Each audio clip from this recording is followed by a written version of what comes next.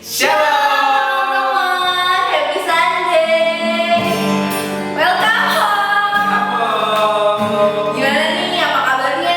Udah lama banget kita gak ketemu ya. Udah hampir 3 minggu ada gak sih? Iya 3 minggu ya kayaknya kita gak ketemu. Kangen deh, kangen gak bang? Kangen banget. Ya ampun. Gimana nih, apa kabar teman-teman? Gimana selama seminggu ke belakang ini? Buat yang di kosan aja, buat yang pulang kampung, mungkin pulang ke rumahnya masing-masing.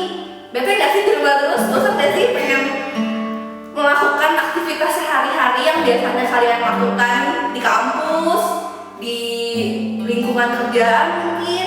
Pasti kangen kan sama masa-masa itu? Kayak gak apa-apa teman-teman. Kita emang perlu menikmati masa-masa sekarang ini. Karena kapan lagi kan kita bisa menikmati kuliah di rumah ya nggak sih bang? Betul banget. Kuliah di rumah, kerja di rumah, kapan aja kan? Tapi tetap teman-teman harus jaga kesehatan kalian, jaga kebersihan, pokoknya jaga pola hidup deh. Jangan sampai virus-virus yang lagi booming saat ini nih, virus corona itu tuh jangan sampai kena ke kita ya. Jauh-jauh dalam nonton ya terus. Jangan sampai. Oke deh teman-teman, hari minggu ini kita akan bersama-sama beribadah kembali, tentunya online dong. Kita akan bersama-sama ibadah online. Aku minta teman-teman untuk mempersiapkan diri, mempersiapkan hati kalian, mempersiapkan pikiran kalian untuk kita datang bersama-sama menghadap hadirat Tuhan. Ambil posisi yang nyaman, ambil sikap yang nyaman, biar kita juga bisa dengan nyaman datang ke hadirat Tuhan, biar kita bisa dengan hati yang damai datang kepada Tuhan. Lupain dulu deh segala tugas-tugas kalian. Kita luangin waktu kurang lebih 30 menit sampai 40 menit ke depan. Kita mau datang ke hadirat Tuhan. Kita mau bersatu bersama-sama. Saat teduh untuk kita sekalian.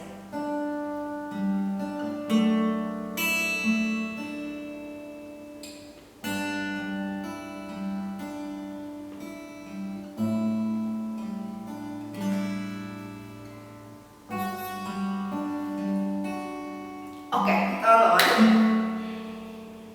Selama seminggu kebelakang kemarin kalian ngerasain kebaikan Tuhan gak sih? Kalian ngerasa Tuhan tuh memberkatin aku banget nih selama seminggu kemarin? Atau tuh kalian ngerasain satu waktu tuh Tuhan bener-bener bekerja dalam kehidupan kalian? Tuhan tuh bener-bener nolong kalian, Tuhan bener-bener melakukan kalian untuk melakukan sesuatu. Ngerasa gak? Kebaikan Tuhan apa sih yang kalian rasain? Coba kita flashback ya seminggu ke belakang kemarin. Kira-kira Tuhan tuh bantu aku apa ya? Kira-kira Tuhan kasih aku apa ya? Coba kita flashback. Atau buat teman-teman yang mau sharing, bisa nih bisa kasih sharingnya di komentar di bawah. Oke? Biar kita bisa sama-sama saling berbagi sukacita, berbagi rasa syukur kita. Kita tunggu sharing teman-teman. Untuk mensyukuri berkat Tuhan, kebaikan Tuhan selama seminggu belakang, kita mau angkat satu pujian ya kak. Sebab Tuhan baik.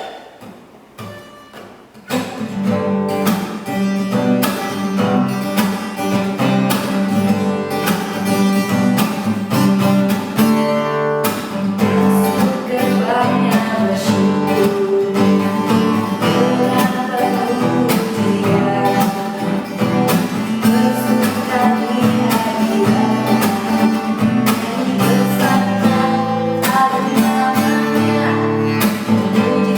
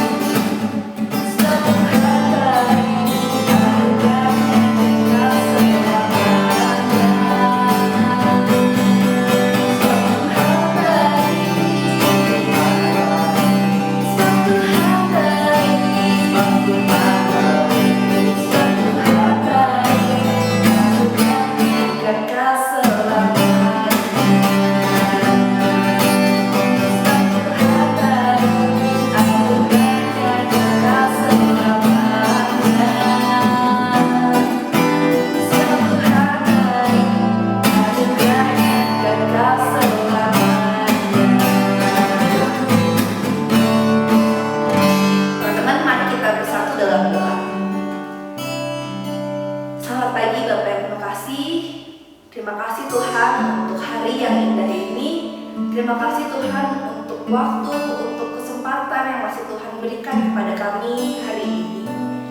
Tuhan Yesus, pada pagi hari ini kami mau datang Tuhan. Meskipun kami tidak dalam satu tempat yang sama, meskipun kami dalam tempat yang berbeda-beda, kami mau datang Tuhan. Kami mau satukan hati kami Tuhan untuk memuji dan memuliakan nama-Mu. Kami mau bawa Tuhan semua pergumulan kami mau bawa semua beban berat kami mau bawa semua penyesalan kami Tuhan. Kami mau bawa semua rasa syukur kami mau bawa sukacita kami untuk datang ke hadirat-Mu. Dengan hati yang penuh syukur, atau mungkin dengan hati yang bersedih, kiranya Tuhan layak Tuhan menerima kami. Kiranya Tuhan mau menerima kami dengan segala keadaan kami Tuhan. Kami mau satukan hati kami pada pagi hari ini untuk menyembah-Mu, untuk memuji dan memuliakan nama-Mu dimanapun kami berada. Kiranya Roh Kudus mau turun mengurapi kami, agar kami dimampukan untuk memahami apa yang menjadi kehendak-Mu dalam kehidupan kami hari lepas hari. Hanya dalam nama-Mu kami berdoa. Amin. Teman-teman, sebelum kita bersama-sama merenungkan, mendengarkan dan merenungkan firman Tuhan, kita mau siapkan hati kita mau siapkan pikiran kita mau arahkan semuanya hanya pada Tuhan. Kita mau angkat satu pujian penyembahan mengejar hadir-Mu.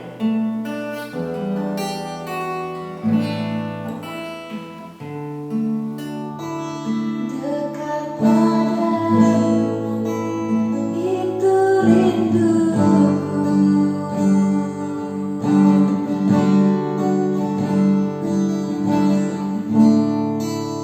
setiap kataku Kau pun menunggu.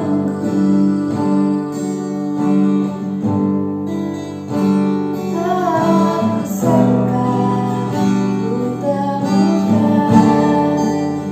satu kasih yang abadi. Kini ku datang dan ku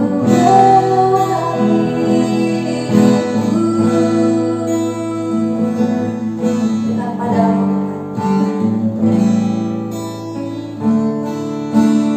dekat padamu itu rinduku.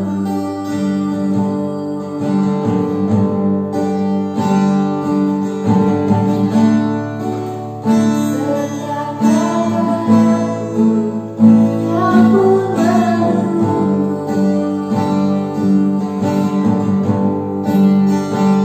Tak sangka ku temukan satu kasih yang abadi.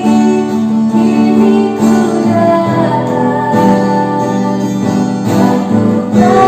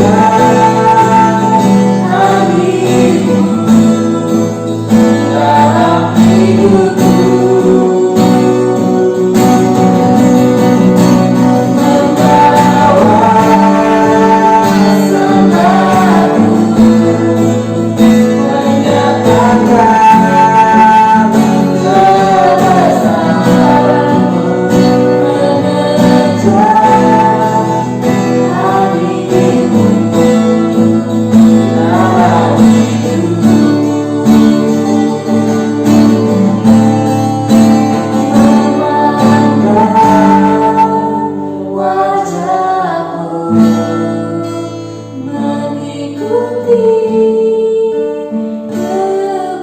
kebaikanmu, mengejar hadirmu di dalam hidupku.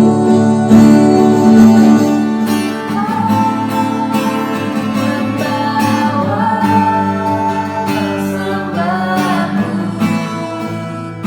mengejar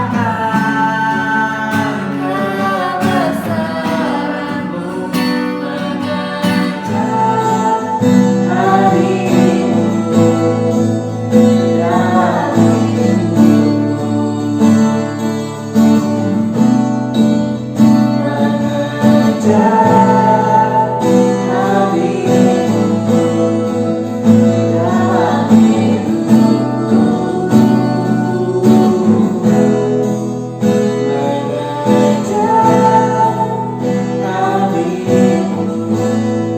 dalam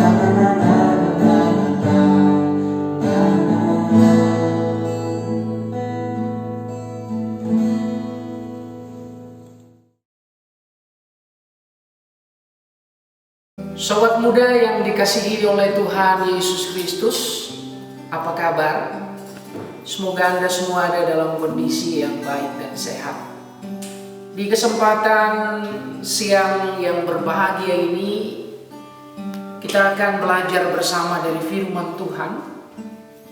Sebelumnya, saya mengajak kita untuk berdoa. Mari kita memohon bimbingan Roh Kudus supaya kita diberdayakan untuk melakukan kebenaran firman Tuhan yang kita sama-sama refleksikan di saat ini. Mari kita berdoa. Allah yang baik, di tengah-tengah rasa syukur yang kami panjatkan dalam persekutuan di saat yang berbahagia ini, kami mau membaca dan merenungkan kebenaran firman-Mu. Firman yang membentuk kami untuk tumbuh sebagai seorang pribadi yang berkarakter. Dengan penuh kerendahan hati kami memohon Roh Kudus menganugerahkan kepada kami hikmat, supaya firman yang kami baca dan kami renungkan sungguh kami pahami. Bahkan lebih dari itu, kami dapat memberlakukannya dalam hidup sehari-hari. Mari Roh Kudus tuntun dan sertai kami. Jadikan kami pendengar dan pelaku firman yang setia. Dalam nama Yesus kami berdoa. Amin. Saudara-saudara, sobat muda yang dikasihi oleh Tuhan Yesus Kristus dimanapun Anda berada, di saat ini saya ingin mengajak kita untuk membaca dan merenungkan firman Tuhan yang terambil dari Injil Matius, pasalnya yang ke-9, ayat 35 sampai ayatnya yang ke-38. Matius pasal 9 ayat 35 sampai 38. Lembaga Alkitab Indonesia memberikan judul Belas kasihan Yesus terhadap orang banyak. Beginilah bunyinya. Demikianlah Yesus berkeliling ke semua kota dan desa. Ia mengajar dalam rumah-rumah ibadat dan memberitakan Injil Kerajaan Surga serta melenyapkan segala penyakit dan kelemahan. Melihat orang banyak itu, tergeraklah hati Yesus oleh belas kasihan kepada mereka, karena mereka lelah dan terlantar seperti domba yang tidak bergembala. Maka katanya kepada murid-muridnya, tuaian memang banyak, tetapi pekerja sedikit. Karena itu mintalah kepada Tuhan yang empunya tuaian, supaya ia mengirimkan pekerja-pekerja untuk tuaian itu. Demikian pembacaan Alkitab. Berbahagialah setiap kita yang sudah membaca, mendengar, dan tentu yang lebih berbahagia adalah kita yang belajar setia melakukan firman Tuhan dalam hidup sehari-hari. Hosiana. Sobat muda yang dikasihi oleh Tuhan Yesus Kristus, hari ini kita akan kembali merenungkan satu tema penting, masih terkait dengan tema minggu lalu. Hari ini kita akan berbicara tentang tanggung jawab sosial. Saudara-saudara, ini salah satu kualitas karakter yang sangat diperlukan oleh setiap kita dalam kehidupan. Tanggung jawab dalam Kamus Besar Bahasa Indonesia diartikan sebagai keadaan yang wajib menanggung segala sesuatu. Karena itu kita bisa mendefinisikan tanggung jawab secara sederhana sebagai sebuah kesadaran dan kemampuan melakukan kebaikan dan kebenaran sebagai sesuatu kewajiban, sesuatu yang sudah seharusnya kita lakukan dalam kehidupan. Hari-hari ini kalau kita bicara tentang sesuatu yang wajib, yang harus, sebagai orang muda kita mungkin akan berkata, siapa yang mewajibkan kita?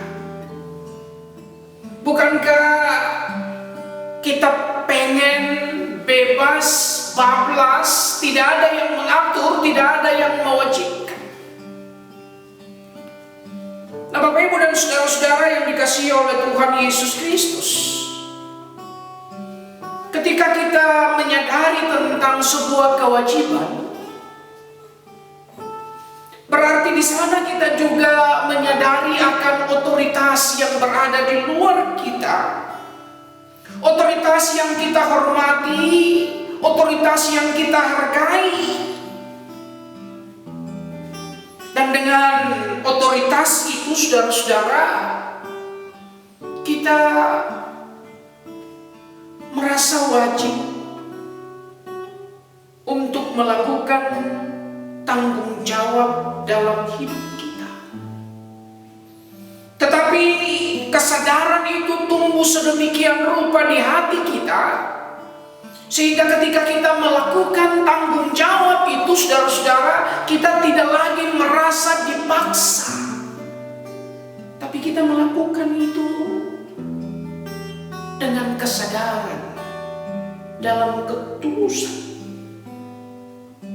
Misalnya saudara-saudara, kita sadar akan otoritas orang tua kita. Kita sadar akan tanggung jawab kita terhadap keluarga kita. Maka kita akan selalu menunjukkan hormat kita kepada orang tua kita. Kita menghormati mereka, kita menunjukkan tanggung jawab kita kepada mereka bukan lagi sebagai sesuatu yang dipaksakan untuk kita, tapi memang itu sesuatu yang lahir dari kesadaran diri sendiri. bahwa sebagai anak, saudara dan saya perlu melakukan tanggung jawab itu. Nah, saudara-saudara yang dikasihi oleh Tuhan Yesus Kristus, tanggung jawab memang ada beragam jenis. Ada tanggung jawab terhadap Tuhan. Saudara dan saya menyadari otoritas Tuhan dalam hidup kita. Dan karena itu kita tunduk, kita mau melakukan apa yang diwajibkan Tuhan bagi kita. Ada tanggung jawab terhadap diri sendiri, tanggung jawab pribadi. Mengenai hal ini Pendeta Firdaus di minggu lalu sudah mengemukakan itu untuk kita. Bahwa kita perlu mewujudkan tanggung jawab sebagai seorang mahasiswa, sebagai seorang pribadi, jika kita ingin memiliki satu masa depan yang baik dan indah. Maka sejak saat ini kita perlu menunjukkan tanggung jawab kita untuk itu. Ada tanggung jawab terhadap keluarga, dan ada juga tanggung jawab sosial.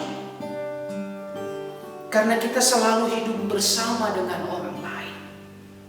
Kita tidak pernah hidup sendiri. Maka tanggung jawab sosial menjadi bagian yang tidak terpisahkan dari kita. Nah, saudara-saudara yang dikasihi oleh Tuhan Yesus Kristus, tanggung jawab sosial adalah kesadaran dan kemampuan untuk melakukan kebaikan dan kebenaran terhadap sesama. Tanggung jawab sosial ini, kalau saudara dan saya merenung secara lebih mendalam, maka sebagai orang beriman, kita akan sampai juga pada satu pengakuan bahwa yang namanya tanggung jawab sosial adalah bagian dari iman kita. Implementasi iman harus ternyatakan dalam sikap tanggung jawab sosial kita, tanggung jawab kita untuk sesama kita.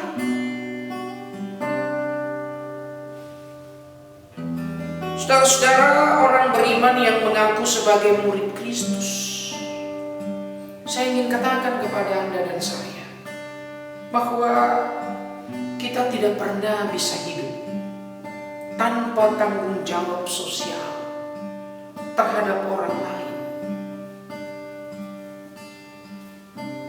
Hari ini kita sama-sama membaca firman Tuhan, kita belajar dari Yesus Kristus.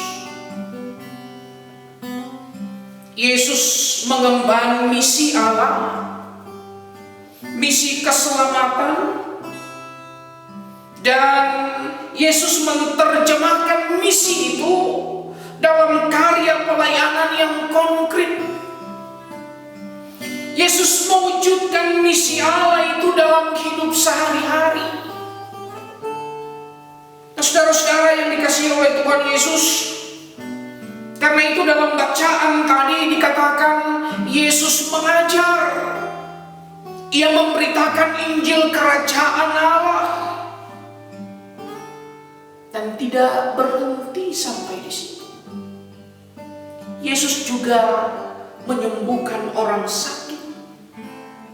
Ia menguatkan orang-orang yang lemah, baik lemah secara fisik, secara psikis, juga orang yang mengalami kelemahan secara rohani. Yesus menunjukkan kepedulian terhadap mereka yang tersisih, terpinggirkan dalam kehidupan sosial sehari-hari. Sehingga ketika Yesus mengajar, Alkitab tadi dengan sangat jelas menulis, melihat orang banyak, tergeraklah hati Yesus oleh belas kasihan. Ada bela rasa, ada compassion. Nah, saudara-saudara, Yesus begitu sensitif, ia begitu peka dengan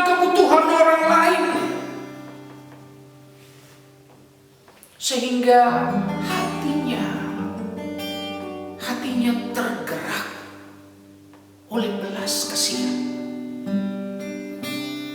Saudara-saudara, compassion atau belas kasih itu adalah kemampuan seseorang untuk menempatkan dirinya pada posisi orang lain. Ia mampu berempati, tetapi lebih daripada itu, dengan compassion dia juga tergerak untuk melakukan sesuatu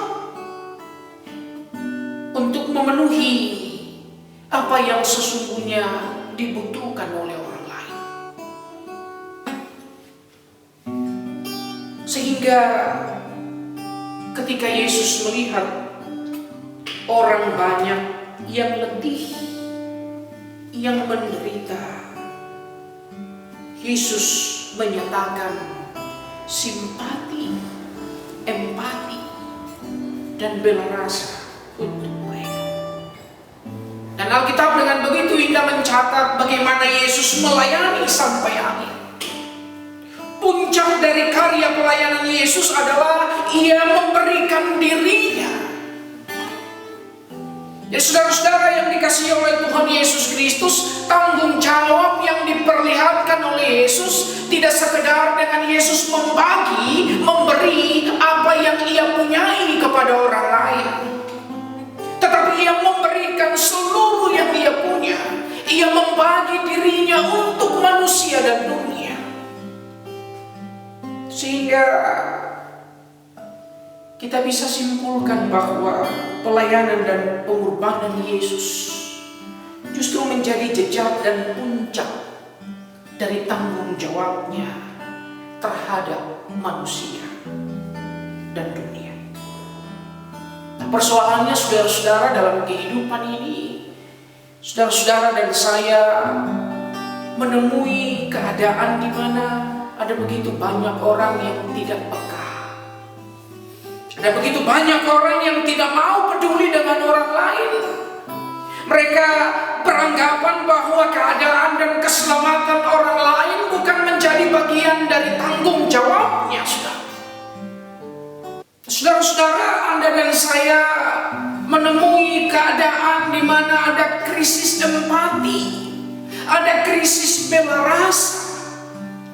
Karena itu dalam pembacaan tadi Yesus berkata kepada murid-muridnya, tuaian memang banyak, tetapi pekerjanya begitu sedikit. Ada begitu banyak orang yang membutuhkan, yang memerlukan kasih sayang, tetapi orang yang peduli begitu sedikit. Sehingga Yesus kemudian berkata kepada murid-muridnya,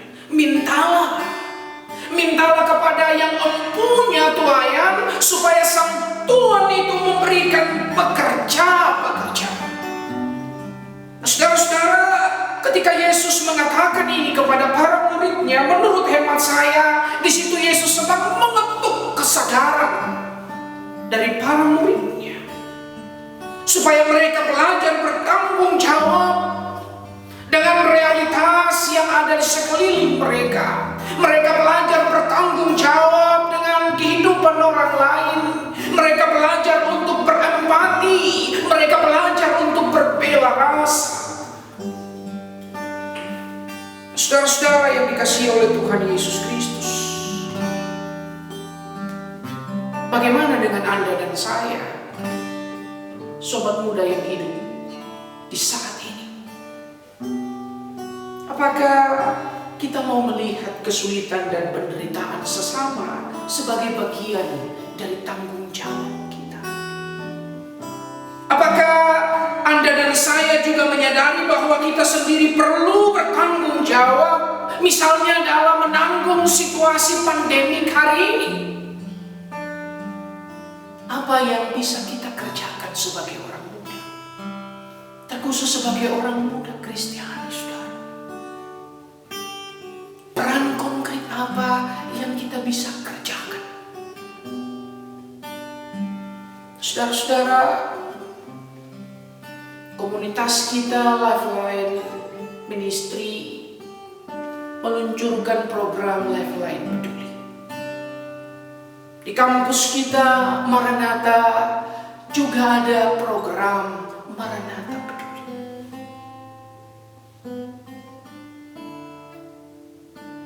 Apa yang bisa kita kerjakan untuk mengambil bagian dalam tanggung jawab sosial ini?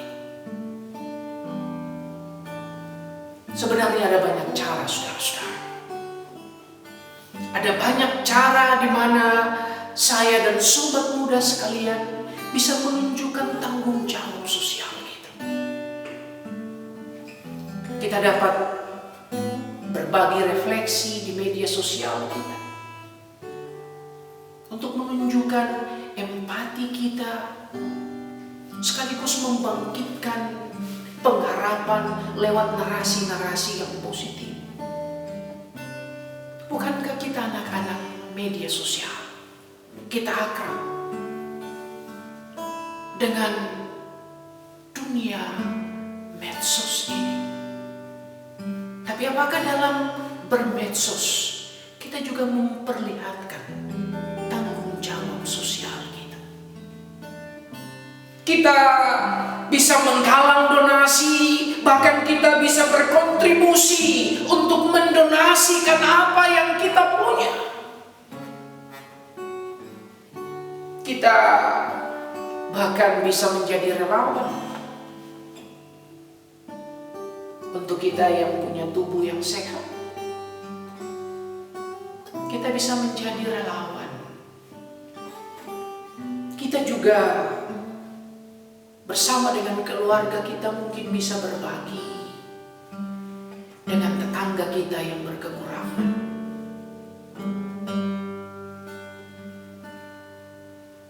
Dalam situasi pandemi ini, saudara-saudara, kita tidak bisa mencari selamat sendiri. Justru situasi pandemi ini mengajar kita untuk belajar menanggung, belajar berbagi, belajar memberi, belajar melayani, belajar berbela rasa sebagai wujud tanggung jawab sosial kita. Dan tanggung jawab sosial itu didasari oleh iman kita.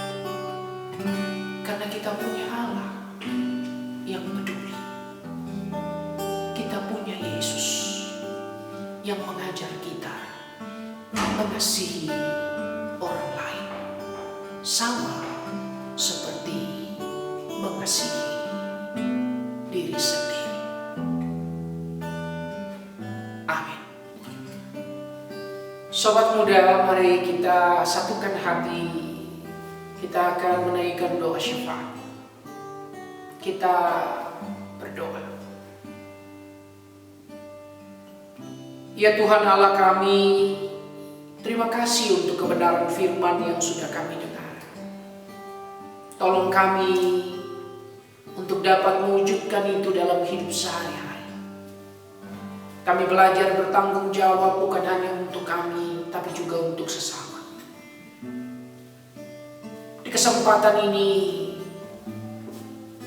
dalam kesadaran akan tanggung jawab kami secara sosial, kami mau berdoa secara khusus menyerahkan penanganan pandemi corona COVID-19. Kami mohon Tuhan menuntun pemerintah kami di pusat, di daerah. Biarlah mereka boleh berpadu hati dengan cepat dan tepat mengambil kebijakan yang akan membawa negeri kami keluar dari krisis karena pandemi.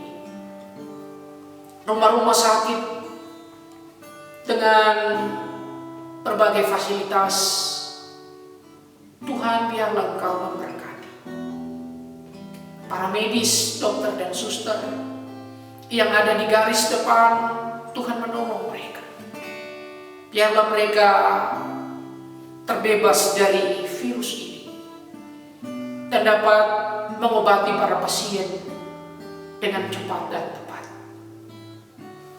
Untuk mereka yang sakit, Tuhan lawat, karuniakan kesembuhan. Pakailah makanan dan minuman, obat penawar yang mereka konsumsi. Kami sungguh percaya hanya Allah satu-satunya tabib yang ajaib, yang mampu menganugerahkan kesembuhan, pemulihan untuk bangsa kami. Kami berdoa untuk gereja-gereja di Indonesia. Tuhan menolong untuk menyatakan terang Kristus dalam keterlibatan aktif ikut serta memberantas COVID-19. Biarlah gereja-gereja Tuhan menjadi gereja bagi sesama.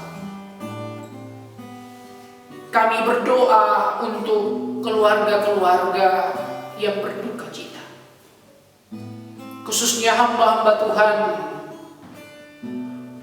yang Tuhan panggil di masa pandemi COVID. Semua keluarga yang ditinggalkan, kiranya Allah Engkau hiburkan. Dan biarlah Engkau karuniakan kepada kami semua masyarakat Indonesia kesabaran untuk melewati masa ini.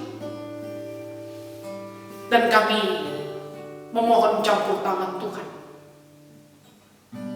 untuk seluruh upaya yang akan dikerjakan ke depan.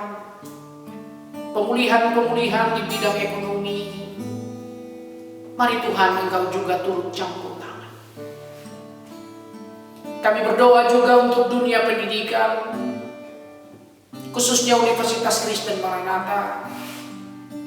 Tuhan memberkati kampus kami ini. Para pimpinan, direktorat, juga di setiap fakultas, Tuhan menolong mereka supaya mereka boleh membawa kampus ini ke arah yang lebih baik. Kami berdoa untuk mahasiswa yang belajar secara online. Tuhan berikan kekuatan dan kesehatan untuk mereka semua. Dan kami mengucap syukur untuk Lifeline Ministry yang Tuhan karuniakan bagi kami. Wadah untuk kami bertumbuh bersama, saling mengasah dan mengasuh. Tuhan memberkati persekutuan ini untuk menjadi saluran berkat untuk banyak anak muda yang lain. Ini harapan kami Tuhan, ini rindu kami. Kami haturkan doa kami ini dalam satu nama, Yesus Kristus Tuhan dan Juru Selamat kami yang hidup. Amin. Oke teman-teman, sekarang tiba saatnya kita mengungkapkan syukur kita nih. Meskipun kita nggak bertemu dalam satu ruangan yang sama, nggak bisa kasih persembahan secara langsung, aku sama Kak Adrian mau menghimbau teman-teman kita untuk tetap mengungkapkan rasa syukur kita. Teman-teman bisa memberikannya melalui transfer, atau teman-teman bisa simpan dulu berkat yang teman-teman punya. Nanti saat kita ketemu, teman-teman bisa kasih ke pengurus. Oke? Kalau teman-teman mau transfer, nanti kakak pengurus bakalan kasih nomor rekening untuk teman-teman transfer berkat yang teman-teman punya. Dan jangan lupa ya untuk tetap keep in touch dengan kita, biar kita tetap tahu keadaan teman-teman gimana di sana. Oke teman-teman, untuk mengakhiri ibadah kita pada pagi hari ini, saya mau ajak teman-teman untuk mengangkat satu pujian, Ku berserah kepada Allahku. Tidak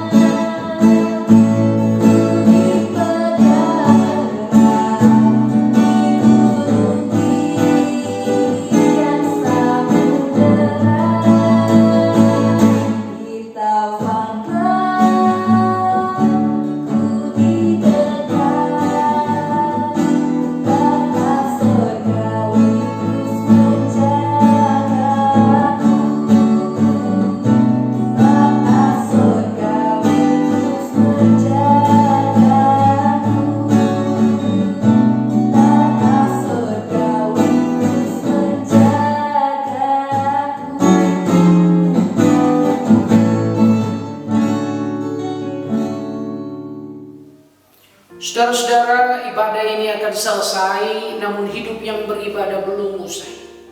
Mari kita kembali dalam hidup sehari-hari, kita nyatakan tanggung jawab sosial kita untuk sesama.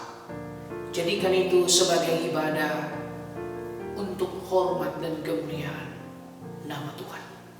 Kini terimalah berkat-Nya yang akan menolong dan memberdayakan kita mewujudkan firman Tuhan dalam keseharian hidup kita. Anugerah dan damai sejahtera dari Allah Bapa, kasih sayang Tuhan Yesus Kristus, persekutuan dengan Roh Kudus menyertai dan memberdayakan saudara-saudara untuk melakukan kebenaran firman Tuhan, bertanggung jawab untuk sesama dan masyarakat hari ini terus kekal sampai Maranatha. Amin.